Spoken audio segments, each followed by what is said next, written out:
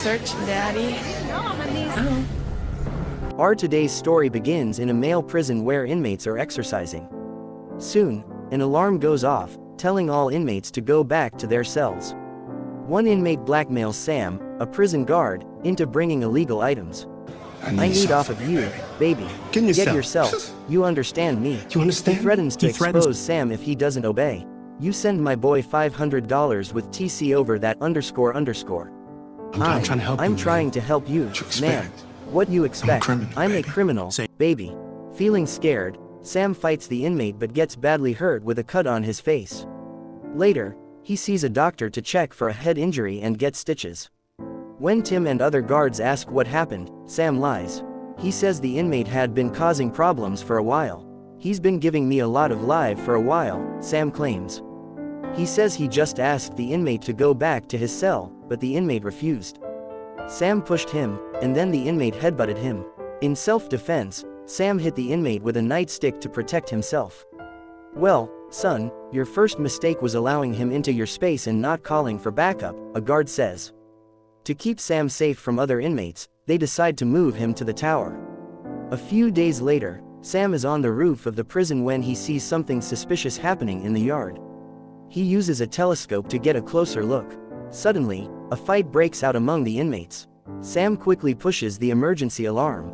The guards rush in, armed with tear gas, and position themselves on the roof.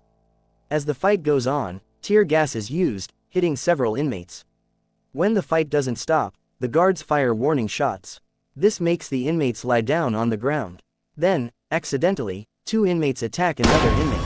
The guards, fully geared up, enter the yard and start tying up the inmates one by one. Meanwhile, Sam realizes his mistake while still on the roof. Warden Mills, along with guards Ed Simmons and Tim, discusses what happened. After the issue with Daryl Johnson, we felt the best he be separated from the inmates, Tim explains. Back in a tower. Well, he certainly can't go back in a tower, Warden Mills replies. Tim supports Sam, but Warden Mills is angry. He demands to know why Sam was on the tower and decides where to send him next. No, we need to move him out of here. Tim explains that because Sam was attacked and hurt before, they thought it was best to keep him away from the inmates. Ed suggests moving Sam to other departments, like receiving or discharge, or to patrol the perimeter. Tim keeps defending Sam, questioning why he needs to be moved. They will kill him if they get a chance, and you know it. Despite objections from Ed and Tim, Warden Mills orders Sam to be sent to the women's prison and calls for a lockdown. It's to move him to the women's prison. Those girls will be all over him, sir. That could create a whole new set of problems, Ed argues. If he can't be trusted to not the inmates, then maybe he needs to find a different career. It's the women's prison, or he will be released, the warden declares. We follow Sam after his transfer to the women's prison, where he stands aside to let the female inmates pass. They make enticing moves on him, with some even making suggestive gestures. I need search, Daddy, one says. Inmate Cherry notices Sam as she enters the classroom. Miriam Mesky catches the overly friendly interaction between Sam and Cherry and demands to know who sent Sam to the women's prison. He explains it was for his own protection after an incident at the male prison. Maram warns him that the female inmates are no different from the male inmates and will try to use him. During her lesson on human evolution, Cherry uses a mirror to watch Sam, who stands at the back of the classroom. In the break room, the guards discuss the differences between the men's maximum security prison and the women's prison. Sam jokes that today felt like a vacation compared to the men's prison, which he likens to a jungle. Other guards warn him to wait and see what happens after the women are put to bed. They tell him the inmates will cry. They're going to cry, and they're going to give you every sob story, tell fake stories to get his attention, and complain about guards watching them as they change clothes. There's guys in uniform having relationships with inmates. It's not just guys, assholes come in every gender. Wow, a guard says. They explain the unique dangers of the women's prison and advise Sam to act like a robot, following all the rules precisely. This prison's dangerous in a different way. At bedtime, they proceed to lock each cell one by one until discovering an inmate with a confiscated phone. Let me see here. See what? Stand and face the wall. Close A20. What a waste of... I don't need your looking at that. You know the rules. Take 17. Sam is then instructed to lock the next cell, where he encounters Cherry. She pretends to be reading a magazine. Checking in with her, he asks if she's all right. You good? And now she responds positively and requests her cell to be closed. Close A17, and he continues with his duty. The following day, Sam is standing by the classroom door as the inmates pass by. One inmate intentionally pushes Cherry into him.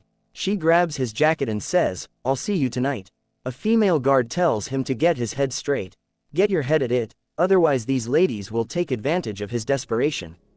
That same night, as Sam instructs inmates to turn off their bunk lights out, he approaches Cherry's cell and discovers her exposed. Sam is deeply affected by his emotions as he continues to gaze at her. Unbeknownst to them, everything is being recorded on camera. The next day, Sam is in the control room. Cherry starts acting strangely. Yeah, I shouldn't look too good. Ready on me if she needs to go to the infirmary. And now, buzz you through. When he comes closer, she pretends to have a pain in her side so she can go to the infirmary. What is it? My side, I don't know. Your stomach, my side, I don't know. He asks her if she can walk or if she needs a stretcher. Need a stretcher? I can walk. But on the way, she pulls Sam under the stairs. Yeah, baby, you want to. But gives in quickly. After that, There's no cameras here. Nobody can see us. Sam tries to resist for a moment. Yeah, baby, you want to, but gives in quickly. After that, Cherry becomes aggressive. She stabs Sam several times in the neck and then screams for help. Help, help. It looks like she's trying to make it seem like Sam assaulted her and she defended herself. She crawls out of the stairwell screaming for help, as if she wants people to think she survived an attack from the guard and that she was right to defend herself. Sam's lack of experience and innocence made him an easy target for the inmates who are used to violence. She's in prison. She doesn't have Miranda rights in here. You have a lot to learn about inmates. There's an element of trust in place between the two of you that we do not have. To learn about inmates. There's an element of trust in place between the two of you that we do not have. A corrections officer has been killed and posthumously accused of rape. These girls have no options. I have a class to teach. I'm not going to miss it. We'd better get going, then. What is it you're hoping I'd discover? There was no tearing of the vaginal wall, no scratches on his face or arms, no visible signs of a struggle on her body. There's an element of trust in place between the two of you that we do not have. A corrections officer of a struggle. Those were offensive wounds. She suffered no defensive wounds, none. That coupled with the fact that his zipper was killed at almost the exact same time, we question it. Question what? The claim of self-defense. Well, that means you question them. Yes, but inmates are immune to our lies, and they're immune to our threats. Just ask her what happened. Question the things that don't add up, and show her the compassion you're known for. We haven't tried. Compassion. It's the one tactic we haven't tried. We don't have it. That's why you're here. Did he commit a crime, Miss Mollusky? Look at that. I feel better already. Thank you for watching. Please subscribe and leave a comment below. See you in the next video.